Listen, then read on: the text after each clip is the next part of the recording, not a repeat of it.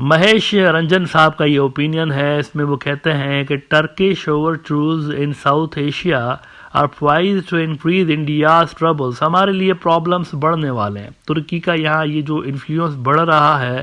اس سے ہمارے لیے پرابلمس بڑھنے والے ہیں، وہ کہتے ہیں India's entire neighbourhood is a den of pan Islamic forces, be it Pakistan, Bangladesh, Maldives or Sri Lanka, which would provide Turkey to nurture its long cherished dream of furthering pan-Islamism. اچھا، اس کے اندر باقی باتوں پہ بات کرنے سے پہلے ذرا ان کی اس پوائنٹ پہ ریسپونڈ کرنا ضروری ہے جس میں وہ کہتے ہیں کہ however the real worry for India is Bangladesh's favorable tilt towards Turkey for robust defense ties which stems from the deployment of Turkish-made Bayraktar drones last week along the India-Bangladesh border، اور پھر نیچے کئی سارے اور بھی جو equipments اور ہتھیار بنگلہ دیش ترکی سے خرید رہا ہے ان کا نام انہوں نے لیا۔ دیکھیں،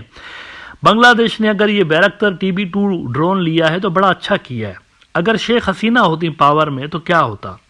شیخ حسینہ آگے چل کر انڈیا اور بنگلہ دیش کے ڈیفنس ٹائز انکریز کرواتی نا، یہی کر رہی تھی، تو آگے چل کر کہیں انڈیا کوئی ڈرون شون آفر کر دیتا بنگلہ دیش کو کئی سال کے بعد،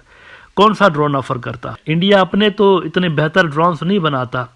بلکہ ابھی حال ہی میں انہوں نے ایک ڈرون بنایا ہے اسرائیلی ٹیکنالوجی سے، اس کا کیا حشر ہوا ہے یہ دیکھیے ذرا، CNBC کی خبر۔ Drishti 10 starliner drone crashes off Porbandar coast ahead of delivery to Indian navy, یہ انہوں نے ڈرون بنایا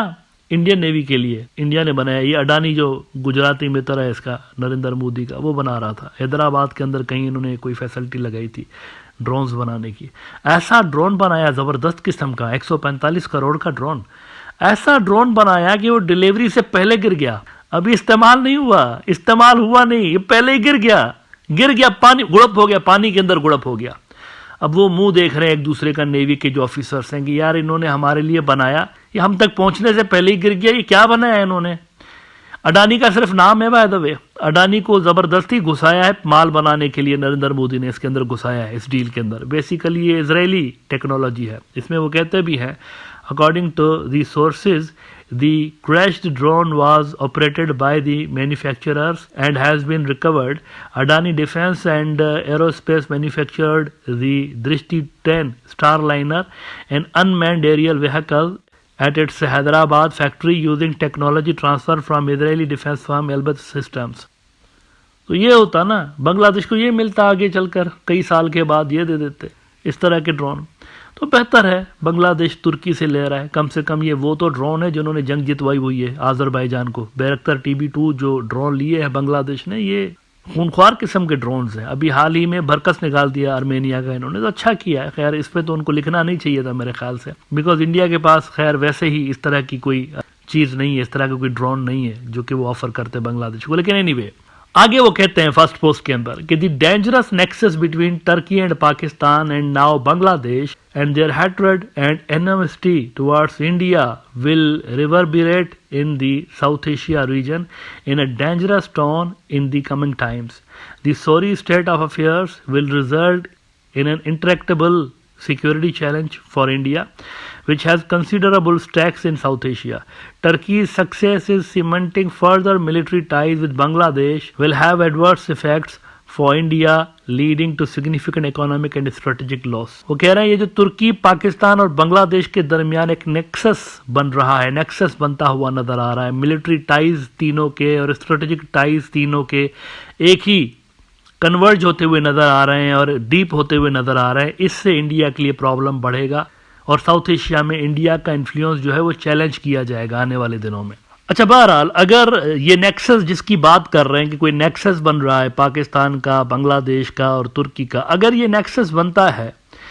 تو one thing is for sure کہ کشمیر کے حوالے سے بنگلہ دیش کی ایک سافٹ پالیسی رہی ہے۔ شیخ حسینہ کے دور میں جب کشمیریوں کو وہاں پر شہید کیا جاتا تھا تو یہ کہتی تھی انٹرنل میٹر ہے، انڈیا کا انٹرنل میٹر ہے، اس طرح کر کر ڈاؤن پلے کر رہی ہوتی تھی شیخ حسینہ صاحبہ۔ لیکن اگر یہ نیکسس بنتا ہے تو پاسبل ہے کہ بنگلہ دیش بھی اپنی کشمیر کے حوالے سے پالیسی آگے چل کر شاید تبدیل کر دے۔ فی الحال وہ اوپنلی تبدیل نہیں کر رہے، لیکن آگے چل کر ہو سکتا ہے اگر یہ نیکسس اسٹرانگ ہوتا ہے جیسا کہ انڈین ایکسپرٹس کہہ رہے ہیں تو پھر ہو سکتا ہے کہ ان کی کشمیر پالیسی بھی تبدیل ہو جائے۔ اسی آرٹیکل میں وہ کہتے ہیں کہ Turkey too has maintained a close relationship with Pakistan's Jamaat-e-Islami, the fountain of jihad in the Indian subcontinent. Its stooge Hizbul Mujahideen has created a vicious situation in Kashmir since the late 1980s and is still involved in several terrorist activities against India. The same Jamaat glorifies Turkey as the hope of the Ummah and Erdogan as a great leader of the Muslim world. اور اس کے علاوہ انہوں نے کہا کہ ایردوغان's constant advocacy of the Kashmir issue, particularly at the UN General Assembly since 2000, has earned him accolades from Kashmiri separatist leadership. Mirwaiz Umar Farooq once dubbed him an ardent supporter of Kashmiri right to self-determination. یہ بالکل درست بات ہے. کشمیر کے حوالے سے ترکی کا وہی اسٹانس ہے جو کہ پاکستان کا ہے، سیم اسٹانس ہے، کوئی اس میں تبدیل نہیں، بلکہ بعض مواقعوں پہ تو یہ بھی دیکھا گیا ہے کہ ایردوغان زیادہ آپ کو ہارڈ اسٹانس لیتے ہوئے نظر آتے ہیں as compare to Pakistan. Even کچھ جگہوں پر یہ بھی دیکھا گیا کہ پاکستان سے زیادہ ترکی آپ کو ہارڈ اسٹانس لیتا ہوا نظر آتا ہے کشمیر ایشو کے حوالے سے. تو اگر یہ نیکسس بنتا ہے جس کی انڈین ایکسپرٹس بات کر رہے ہیں، ترکی پاکستان بنگلہ دیش کا ایک نیکسس بنے گا، اسٹریٹجک نیکسس، تو اس نیکسس میں اگر دو جو حصے دار ہوں گے، پارٹنرز ہوں گے، پاکستان اور ترکی، اگر ان کی کشمیر کے حوالے سے پالیسی سخت ہوگی ٹوارڈز انڈیا تو اس کا اثر یقینی طور پر بنگلہ دیش کے اوپر بھی پڑ سکتا ہے آنے والے دنوں میں، اور ان کو بھی شاید وہ جو شیخ حسینہ کے زمانے کی پالیسی تھی کشمیر کے حوالے سے وہ آنے والے دنوں میں شاید وہ چینج کریں. لیکن نیور لیس اگر پاکستان اور کشمیر کا اینگل آپ ہٹا بھی دیتے ہیں تو صرف بائیلیٹرل جو ٹائز ہے دونوں ملکوں کے درمیان، ترکی اور بنگلہ دیش کے درمیان، وہی انڈین ایکسپرٹ سمجھتے ہیں کہ نیو دلی کے لیے ایک بہت بڑا سردرد بننے جا رہا ہے.